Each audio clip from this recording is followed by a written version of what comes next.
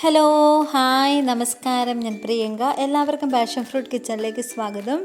ഏതെങ്കിലും കൂട്ടുകാർ ചാനൽ ആദ്യമായിട്ടാണ് കാണുന്നത് എങ്കിൽ മറക്കാതെ ഒന്ന് സബ്സ്ക്രൈബ് ചെയ്തേക്കണേ. ഷെയർ ചെയ്യണം, ലൈക്ക് ചെയ്യണം, കമൻറ്റ് ചെയ്യണം.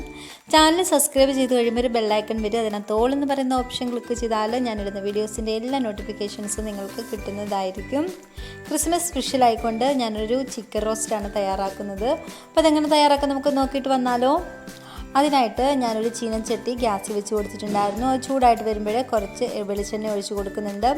ഈ എണ്ണ നന്നായിട്ട് ചൂടായിട്ട് വരുമ്പം കുറച്ച് കടുകിട്ട് കൊടുക്കാം. കടുകൊന്ന് നന്നായിട്ട് പൊട്ടി വന്നാൽ ആവശ്യത്തിനുള്ള കറിവേപ്പിലയോട് ചേർത്ത് കൊടുക്കാം. ഞാൻ കറിവേപ്പില ചേർത്ത് കൊടുക്കുന്നുണ്ട്. ഇനി നമുക്ക് ഇഞ്ചി വെളുത്തുള്ളി ചെറുതായിട്ട് ചോപ്പ് ചെയ്തതോട് ചേർത്ത് കൊടുക്കണം. ഇനി ഇതൊന്ന് ഇളക്കി ഇതിൻ്റെ പച്ചമണം മാറുന്നത് വരെ ഒന്ന് വഴറ്റി കൊടുക്കാം. പച്ചമണമൊക്കെ ഒന്ന് മാറി വന്നാൽ അതിനകത്തോട്ട് ഒരു 3-4 പച്ചമുളക് ഞാൻ ഇതൊന്ന് നടുകി ചെറുതായിട്ടൊന്ന് പൊളന്നെടുത്തിട്ടുള്ളതാണ്, അതിട്ട് കൊടുക്കുന്നുണ്ട്. ഒരു 4-5 സവാള നീളത്തിലരിഞ്ഞതോട് ചേർത്ത് കൊടുക്കുന്നുണ്ട്. ഈ സവാള വഴന്ന് വരാൻ ആവശ്യമായിട്ടുള്ള ഉപ്പിട് ചേർത്ത് കൊടുക്കാം. എന്നിട്ട് നന്നായിട്ട് ഇളക്കി മിക്സ് ചെയ്യാം. ഇതിങ്ങനെ ഇളക്കി കൊടുത്ത് വഴറ്റി എടുക്കണം. നമ്മളിട്ട് കൊടുത്തിരുന്ന സവാളയെല്ലാം ഇതുപോലെ ഒന്ന് വഴന്ന് വന്നിട്ടുണ്ട്. ഒന്നുകൂടെ ഒന്ന് ഇളക്കി കൊടുത്തൊന്ന് വഴറ്റിയെടുക്കാം. അപ്പോൾ നമ്മളിട്ട് കൊടുത്തിരുന്ന സവാളയെല്ലാം നന്നായിട്ടൊന്ന് വഴന്ന് വന്നിട്ടുണ്ട്. ഇനി നമുക്ക് ഇതിനകത്തോട്ട് ചെറുതായിട്ട് കട്ട് ചെയ്ത് വെച്ചിരുന്ന ഒരു 3 മീഡിയം സൈസുള്ള തക്കാളിയാണ് ഇട്ട് കൊടുക്കുന്നത്. അതോട് ചേർത്ത് കൊടുത്തിട്ട് നന്നായിട്ടൊന്ന് വഴറ്റിയെടുക്കണം. നന്നായിട്ട് ഞാനൊന്ന് വഴറ്റിയെടുക്കുന്നുണ്ട്. ഈ സവാളയിലോട്ട് ഈ തക്കാളിയുടെ ജ്യൂസൊക്കെ ഒന്ന് ഇറങ്ങി വന്നിട്ട് നന്നായിട്ടൊന്ന് തക്കാളി ഒന്ന് വെന്ത് കിട്ടും. ആ സമയത്ത് ഞാൻ ഒരു 2.5 ടേബിൾ സ്പൂണ് കാശ്മീരി മുളക് പൊടിയാണ് എടുത്തിരിക്കുന്നത്. ഒരു 2 സ്പൂണ് മല്ലിപ്പൊടി, ഒരു 2 സ്പൂണ് ഗരം മസാല പൊടിച്ചത്, 1/2 സ്പൂണ് മഞ്ഞൾപ്പൊടി, ഇത്രയും കൂടി ചേർത്ത് കൊടുത്തിട്ട് നന്നായിട്ട് വഴറ്റിയെടുക്കാം.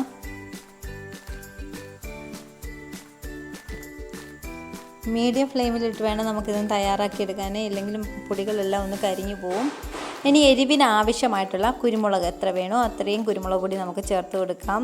നമ്മൾ മുളക് പൊടി ഇട്ട് കൊടുത്ത കാശ്മീരി ചില്ലിയാണ്, അതിന് ഒട്ടും എരിയില്ലാത്തതായതുകൊണ്ടാണ് ഇത്രയും കുരുമുളക് പൊടി ചേർത്ത് കൊടുക്കുന്നത്. ഇതെല്ലാം നന്നായിട്ടൊന്ന് വഴന്ന് വന്നാൽ നമ്മുടെ എടുത്ത് വെച്ചിരിക്കുന്ന ചിക്കൻ, ഞാനോ ഒരു 2 കിലോ ചിക്കൻ എടുത്തിട്ടുണ്ട്, അതാണ് ചേർത്ത് കൊടുത്തിരിക്കുന്നത്.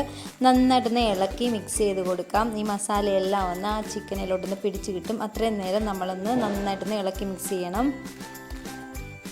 പിന്നെ നന്നായിട്ടെല്ലാം ഒന്ന് മിക്സ് ചെയ്തിട്ടുണ്ട്. ഇനി ഇതിനകത്തോട്ട് ഒരു 1/2 ഗ്ലാസ് വെള്ളം ചേർത്ത് കൊടുക്കാം. ഒത്തിരി വെള്ളം ചേർത്ത് കൊടുക്കല്ല, കാരണം ചിക്കനിൽ ധാരാളം വെള്ളമുണ്ട്. അത് ഇറങ്ങി തന്നെ ഈ ചിക്കൻ നന്നായിട്ടൊന്ന് വെന്ത് കിട്ടും. നമുക്കൊരു മൂടി വെച്ചിട്ട് ഒന്ന് അടച്ച് വേവിച്ചെടുക്കാം.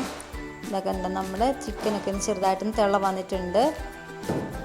ഇനി ഒന്നുകൂടെ മിക്സ് ചെയ്തിട്ട് ഒന്നുകൂടെ അടച്ച് വെച്ചിട്ട് കൊടുക്കാം. ഇത് നന്നായിട്ടൊന്ന് തിളച്ച് ഇതിനകത്ത് ചിക്കനിലെ വെള്ളമെല്ലാം ഒന്ന് ഇറങ്ങി വരും. ആ സമയം വരെ നമുക്ക് വേവിച്ചെടുക്കാം. ഇതുപോലെ ചിക്കനിലുള്ള വെള്ളമെല്ലാം ഒന്ന് ഇറങ്ങി വന്നിട്ടുണ്ട്. ഇനി നന്നായിട്ടൊന്ന് വെന്ത് കിട്ടും.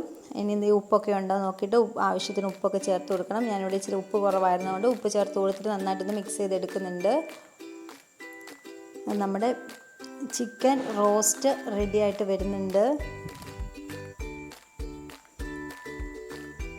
നമ്മൾ റെഡിയാക്കിയ ചിക്കൻ റോസ്റ്റ് ഏകദേശം റെഡി ആയിട്ട് വരുന്നുണ്ട്. ഇനി ഇതിനകത്തോട്ട് കുറച്ച് കുരുമുളക് പൊടിയോട് ഒന്ന് ചേർത്ത് കൊടുക്കാം. ഇനി ആവശ്യത്തിനുള്ള മല്ലിയിലയും കൂടെ ചേർത്ത് കൊടുക്കാം. മല്ലിയില ഓപ്ഷനിലാണ്, നിങ്ങൾക്ക് ഇഷ്ടമുണ്ടെങ്കിൽ മാത്രം ചേർത്ത് കൊടുക്കാം. നമ്മുടെ ചിക്കൻ റോസ്റ്റ് ഇവിടെ റെഡി ആയിട്ടുണ്ട്. ഞാനിത് കപ്പ വേവിച്ചതിൻ്റെ കൂടെയാണ് സെർവ് ചെയ്തിരിക്കുന്നത്. നല്ല അടിപൊളി ഒരു കോമ്പിനേഷനാണ്. അപ്പത്തിൻ്റെ കൂടെയോ കപ്പയുടെ കൂടെയോ പൊറോട്ടയുടെ കൂടെ ഒക്കെ നമുക്കിത് കഴിക്കാം. ട്രൈ ചെയ്തിട്ട് ഫീഡ്ബാക്ക് കമൻറ്റ് ബോക്സിൽ അറിയിക്കാൻ മറക്കല്ലേ.